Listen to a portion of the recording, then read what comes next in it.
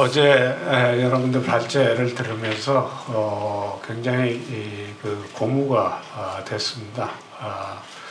좀 정말 성의 있게 정리도 하고 또 알아듣게 발제도 해주시고 토론도 상당히 정말 진지해서 요즘 그 학회에 가도 이렇게 좋은 분위기 가운데 이틀을 연속하는 건 좀 상상이 잘 안 되는데 그것도 이제 모자라서 저는 어저께 여기서 잤는지 안 잤는지 잘 모르겠어요. 왜냐하면 새벽 6시에 주기도문으로 폐하시던데 그 열정을 내가 정말 놀랐습니다. 이분이 월터 스트로프입니다. 어제 토론했던 책을 중심해서 성경에서 말하는 정의와 평화, 그리고 아마 송봉사님께서 저희가 그쪽을 좀 많이 얘기를 해달라고 그렇게 부탁을 받았는데 제가 공부해오는 가운데는 월터 스트로프가 제일 이 부분에 많이 신경을 썼어요. 사실은 저스티스에 대해서. 그래서 무슨 성경에서 말하는 정의와 평화 이 얘기보다는 월터 스트로프가 말하는 정의와 평화의 얘기를 좀 제시하고 여러분들 또 같이 토론하고 또 이제 이병주 변호사님께서 또 세상에서 말하는 또는 비성경적인 백그라운드의 정의와 평화 이러면 좋은 토론이 되기를 기대해 봅니다. 어제도 그 첫 발제해 주셨던 그 자매님, 이 책 서론에 어제 첫 번째 발표해 주신 자매가 성균관대학교의 정문선 자매님이신데 책 앞에 서문처럼 성경 구절이 나와요. 시편 85편에 11절 12절에 이 인애와 진리가 만나고 그리고 의와 화평이 서로 입맞춘다 하는 것인데 그 위에 이제 진리, 의 그것들을 이제 하나로 묶는 거죠. 그런데 보면 이제 인애는 이제 사랑일 수도 있고 헤세드인데요. 그것과 MS라고 이 진리는 사실 인애는 따뜻하다면 진리는 조금 찬 느낌이 나는 단어거든요. 그리고 저 둘은 쉽게 묶어지지 않습니다. 정의를 구현하려고 그러면 화평이 오기가 어렵고 화평을 방점을 찍으면 따뜻해지기가 쉽지가 않은 건데 항상 이 철학자들의 고민은 이렇게 양극으로 갈 수 있는 그것들이 어떻게 하면 하나가 될 수 있게 할까? 예를 들어 그리스 철학의 제일 큰 주제는 하나냐 여럿이냐의 원 앤 매니의 문제인데 해결 못 하거든요. 그리고 우리가 지금 다루고 있는 이 시대의 그 철학자들 가운데 그 유명한 하이데거의 이 존재와 시간이라고 존재는 변하지 않는 것이고 시간은 계속 변하는 것인데 이걸 가운데 운트로 엔드로 묶어놓으면 굉장히 어려운 긴장이 시작되는데 그 해소 못하는 건데 월터 스트로프는 그것보다 시간과 존재, 진리와 방법 이런 것보다 훨씬 더 어려운 이 진리하고 샬롬하고를 하나로 묶는 또는 정의와 화평을 묶는 그 프로젝트라고 생각이 들어요. 그리고 그 다음에 그 유명한 라틴 아메리카의 기도를 실었는데 그 방법을 이론적으로 제시하는 것이 아니라 이게 방법이라고 생각하는 것 같아요. 그러니까 빵이 없는 사람에게는 주님께서 은혜를 주시고 그리고 우리의 할 일이 무엇인지를 생각하게 하소서 그런 기도인 것 같거든요. 그리고 이 책도 결국엔 그쪽으로 가는데 워낙 많은 사실 월터 스트로프의 미학 그리고 그게 예전학 그다음에 이 사회 철학 그리고 자기의 실존적인 그 팔레스타인 사람들의 박해와 아파르타이트의 그 실존적인 경험 이런 것들이 다 묶여 있는 책이라 조금 난삽하고 난해하긴 해요. 이제 이 안에서 맥을 관통하는 그 주제가 결국엔 정의에 대한 추구인데 그거를 좀 따라보면 좋을 것 같다는 생각이 듭니다. 여러분들이 한 번 읽고 그만두실 책은 아닌 것 같아요.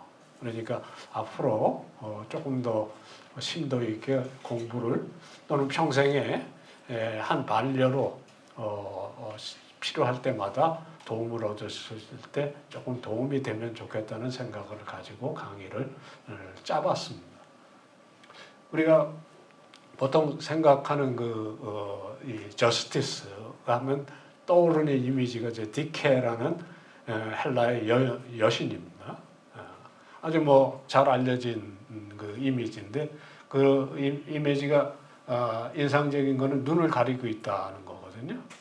왜냐하면 정의로우려면 사람들의 사정이나 어떤 편향성에서부터 벗어나야 된다는 것이 그 성격이고 그 편향성을 벗어나는 것으로 저울을 들고 있고 그러나 정의가 궁극적으로 구현되려면 힘도 있어야 된다 그래서 칼이 들려 있는 것이고 아주 복합적인 이제 디케의 모습인데 저는 이런 저스티스는 블라인드 저스티스라고 보여져요. 그리고 사실은 차가운 저스티스죠. 세상에서 말하는 이 저스티스는 이런 모습입니다. 디케가 상징하는 헬라 사람들이 특별히 예술적인 감성으로 잘 포착한 그런 모습입니다. 그럼 화평은 어떻습니까? 우리가 보통 평화 그러면 가장 먼저 떠오를 수 있는 게 이 팍스 로마나인데 로마의 평화인데 이거는 사실 어떤 면에 이 블러디 피스입니다. 그죠? 이 힘에 의한 평화고 뭐 월터 스트로프 자신이 이 책에서 사실 이거는 진정한 평화는 아니다.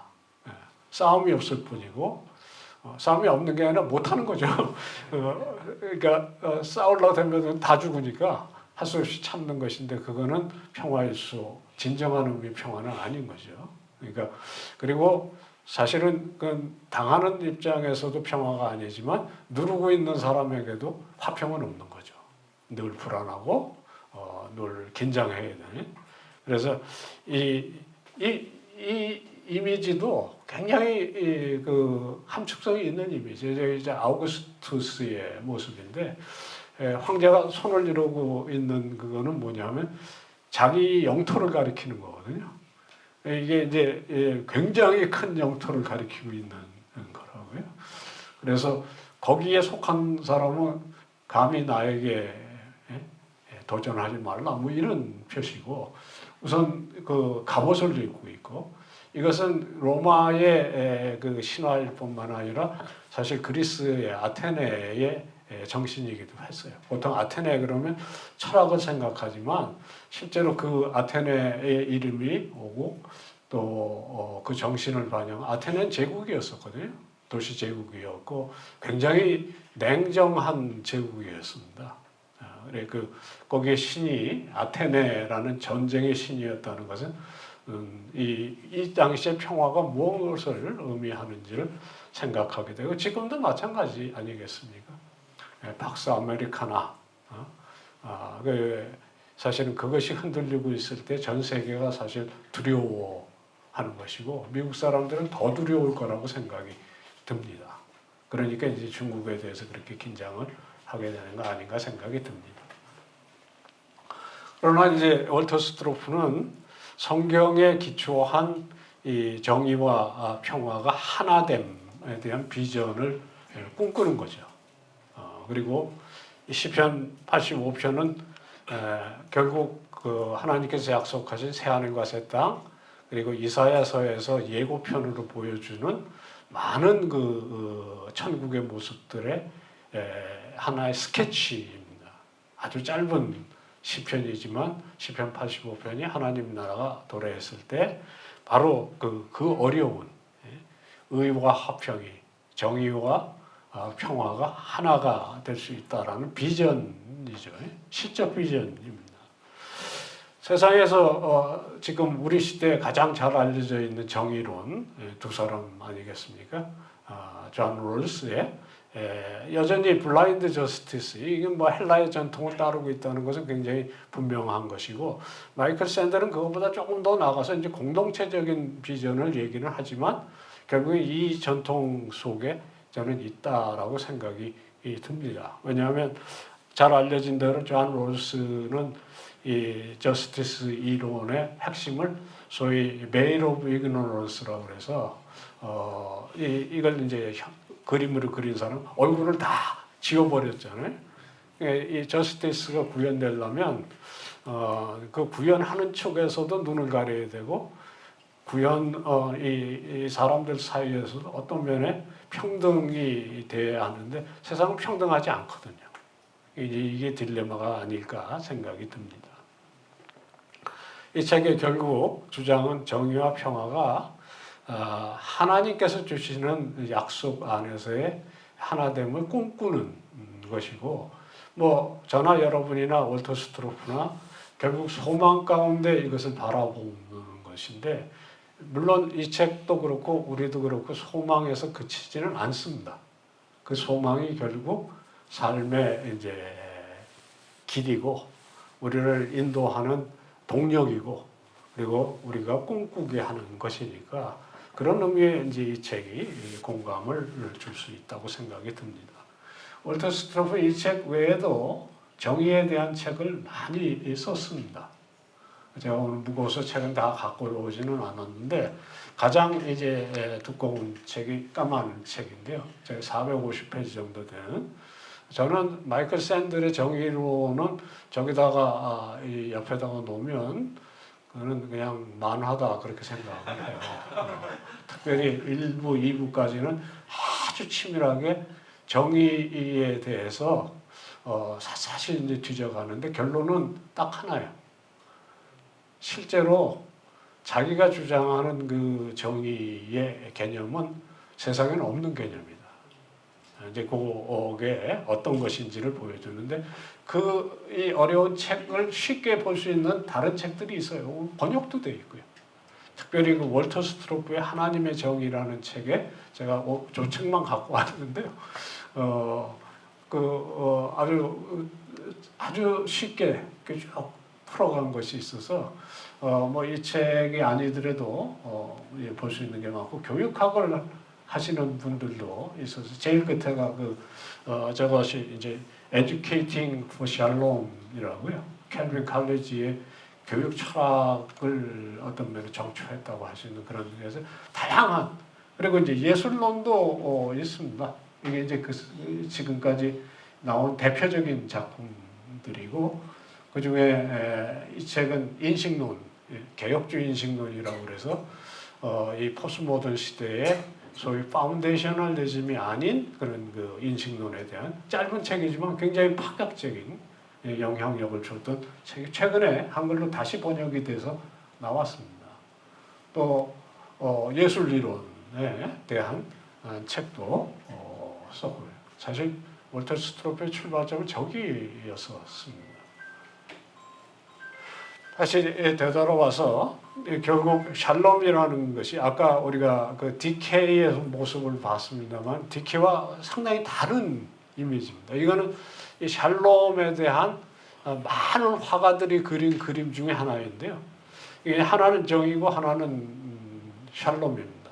저스티스입니다. 그래서 저스티스와 피스가 얼싸안고 입맞출 때까지라는 그런 주제로 그림을 그리고 있는데 예술가들이 어떤 사상을 또는 그 소망을 프로젝션 하듯이 월터 스트로프도 정의와 화평의 하나됨을 프로젝션하고 있는 것이라고 생각이 듭니다. 월터 스트로프가 구약 성경을 물론 이 정의에 대해서는 신약보다는 압도적으로 구약에 많이 나오기 때문에 구약을 길게 다뤄요. 신약에서도 물론 정의의 개념이 있습니다만 이것이 이제 바울 신학을 거쳐가면서는 헬라어의 이 정의에 해당하는 디카이오스네라는 말이 하나님 앞에서 우리가 의로움으로 많이 쓰이고 있기 때문에 그 면을 이제 좀 구약적인 이 두 단어, 하나는 미슈파트고 또 하나는 제데크인데요. 이 둘이 어떤 식으로 신약의 또는 성경 전체의 정의의 개념을 기초주는가 하는 논의를 합니다. 이런 식이죠. 이 justice라는 것이 한편에는 righteousness고 또 한편에는 이 미슈파트로 소위 형법적 또는 사회 정의적 이 저지먼트에 해당하는 그런 요소가 있고 거기에 사실은 구약에서부터 이미 미시파트와 제데크에도 아하브라 그래서 사랑의 개념이 같이 있다. 이렇게 이제 보는 겁니다.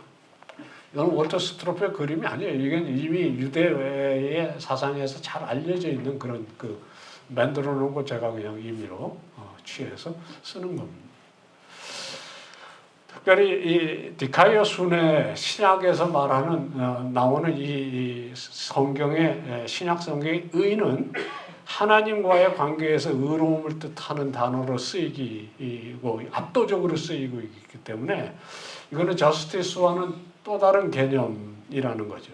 그걸 염두에 두고 다시 이제 구약으로 거슬러 올라가는데 월터 스트로프가 생각하는 이 저스티스는 권리로서의 저스티스라 이렇게 얘기해요. 그거 저스티스라는 책의 제일 앞에 이렇게 주장하는 것은 논란을 자초하는데 뛰어드는 것이다. 그렇게 쓰고 있습니다.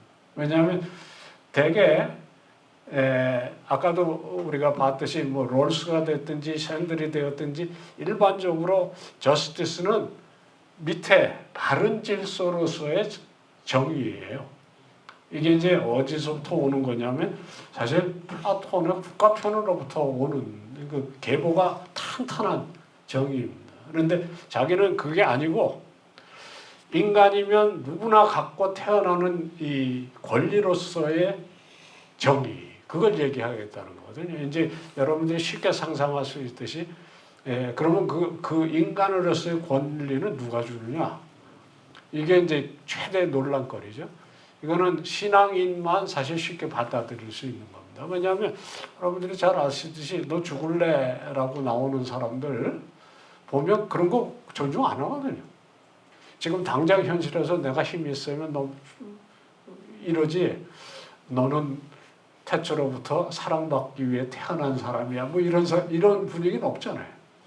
근데 월터 스트로프는 이제 아예 그걸 고백하고 시작해. 나는 크리스찬이고 이제 이게 우리들에게 주는 도전도 있죠.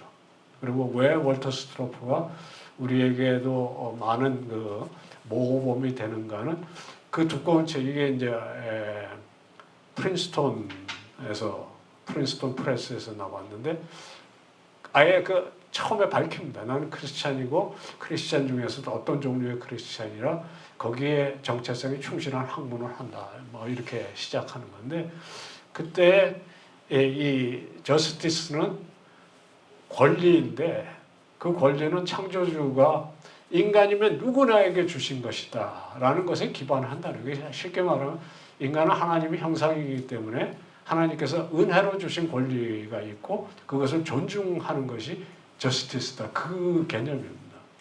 근데 이제 문제는 보면 구약에서부터 그것은 그냥 깔려 있어요. 그래서 성경의 근거에서 저스티스를 정의하려고 하지 않습니다.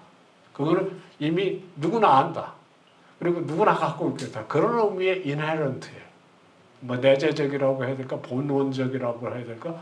모든 사람은 사람으로서 가치. 그러니까 여기에는 지식의 유무, 빈부, 그다음에 건강 장애 아무 남녀 그런 게 아니라 하여튼 인간은 모두 하나님의 형상으로서 권리가 있고 존중받아야 한다라는 그것이 존중되는 게 정의라는 거거든요.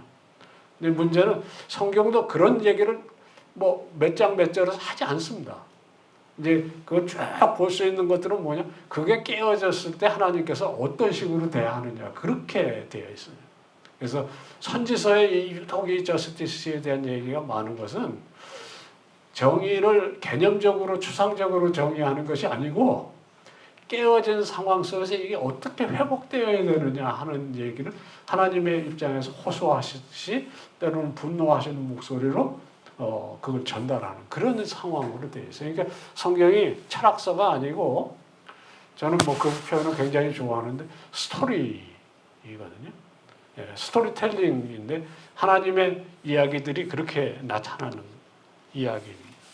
그리고 이제 또 하나 거기에 우리들이 주목해야 하는 월터 스트로프의 표현은 릴레이션이에요.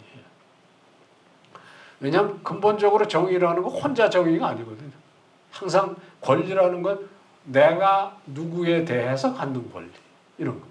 그러니까 예를 들어 토지 정의라는 건 내가 산 토지에 대한 권리는 다른 사람들이 인정해 줘야 되는 거고 아내로서 남편에게 사랑받아야 되는 권리, 자녀로서 부모에게 그런 식으로 항상 누구에게 그러니까 to someone, something 뭐 이런 거예요. 근데 그것이 이렇게 표현되는 거죠. 권리는 사회적 관계상의 규범이라. normative social relations라. 저 릴레이션은 굉장히 복잡한 릴레이션입니다. 그렇게 이해를 해야 됩니다. 아까 여기 바른 질서로서의 정의라는 거는 뭐냐면 이 플라톤의 국가편에 나오는 또는 뭐 파이드로스에 나오는 그 인간관인데요. 인간은 영혼과 영혼으로 되어 있는데 영혼은 세 부분입니다. 마부라고 그럴까요? 이성이고요. 이 까만 말은 욕망이고 저쪽은 기계고 그래서 저쪽 말은 말을 잘 듣고 또 위로 향하는데 얘는 말을 안 듣고 뭐 이러는. 그래서 요게 이제 개인의 이미지인데 플라톤의 국가나 사회 정의관은 뭐냐면 이거를 뻥튀기 한 거거든요. 그래서 국가관은 이제 항상 크게 쓴 인간이라 그래가지고 국가의 마부에 해당하는 사람들은 소위 왕, 정치, 철학자 그런 부류고 까만 말은 이제 생산직이고 저쪽의 기계는 전사나 이 챔피언들이죠. 고호자들인데 이 플라톤이 말하는 특별히 국가편에서 말하는 정의는 기본적으로 어떤 정의냐? 각자 자기에게 주어진 자리에서 역할을 제대로 할 때 사회가 균형이 잡혀가는 그게 정의예요. 그게 그러니까 바른 질서가 잡혀진 사회로서의 그 안에서 각자의 위치에서 누리는 그 질서 그게 정의고 그 개념이 저는 서양 철학이나 사상사에 지금까지 계속 있다고 생각합니다.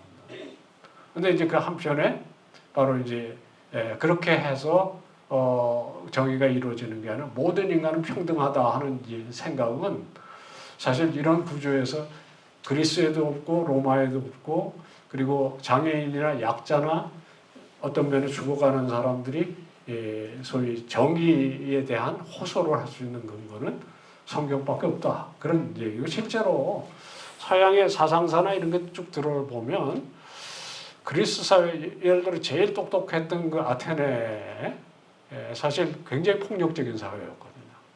또 로마 사회에서도 이런 저스티스를 볼 수가 없는 따뜻한 저스티스는 볼 수가 없는 것인데 이거는 설득력이 있는 것이라고 생각합니다. 또 하나 이제 중요한 단어가 엔조이먼트인데요. 엔조이먼트를 제가 그림을 찾아보니까 이거 상관없는 그림인데 하여튼 정의가 뭐냐면 그러면 그게 개념적으로 있는 게 아니라 내가 그걸 누릴 수 있어야 된다. 두 가지의 누림을 얘기해요. 이게 뭐 사람들이 갖고 있는 많은 권리라고 생각하는데 제일 중요한 건 결국에 사회 권리죠. 거기에서 모든 것이 파생이 되는 건데 성경에서 말하는 이 정의는 항상 교정적 정의, 뭐 아까 제가 잠깐 말씀드렸는데 이미 깨어진 정의 속에 이것을 어떻게 회복할 것이냐. 이게 무슨 얘기냐면 이게 사실은 부속적 정의입니다. 대속적 정의. 이거는 선지자들은 외치지만 이것을 회복시킬 수 있는 건 결국 하나님이시고 하나님께서 결국은 궁극적으로 개입을 하시는데 그것이 신약에서 예수 그리스도에 임하셨을 때 예수 그리스도가 자기 자신이 누구라고 밝히는 걸 굉장히 중시하시거든요. 예수 그리스도는 자기가 전파하는 진리보다 더 중요한 것이 내가 누구냐 하는 것을 얘기하실 때 이것이 자기 자신을 스스로 정리하실 때 내가 정의를 위해서 온 그 정의는 바로 지금 얘기하는 rectifying justice. 그 분이 다른 별명이 뭐냐면 평강의 왕이에요. C.S. 루이스 버전인데 아슬란, 사자입니다. 물론 성경의 이미지이기도 하지만 굉장히 위험하죠. 무섭죠. 그러나 나냐 얘기에 나오는 대로 그러나 굉장히 또 따뜻한 그래서 정의와 평강을 하나로 묶는 그 개념이 샬롬인데 이 샬롬은 사실 피스가 아니고 플러리싱이라고 이제 번영이라 그렇게 얘기하고 그것을 이렇게 규정합니다. 샬롬이 뭐냐면 바르고 조화로운 관계 속에 그러니까 right, harmonious 관계인데 누구와의 관계냐? 하나님과 첫째.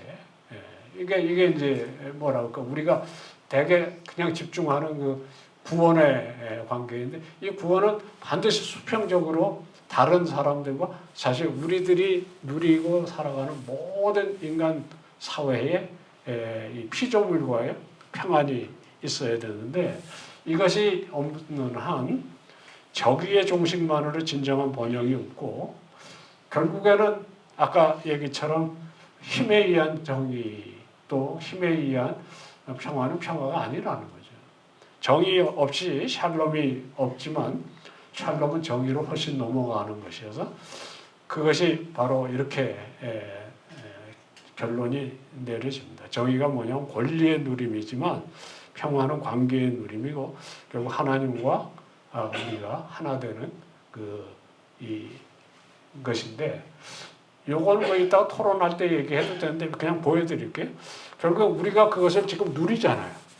그럼 이제 하나 좋다 그러고 끝나면 안 된다는 거에 분명하잖아요. 그리고 이 월터 스트로프는 그 자각이 사실 이 정의론을 공부하게 된 출발점입니다.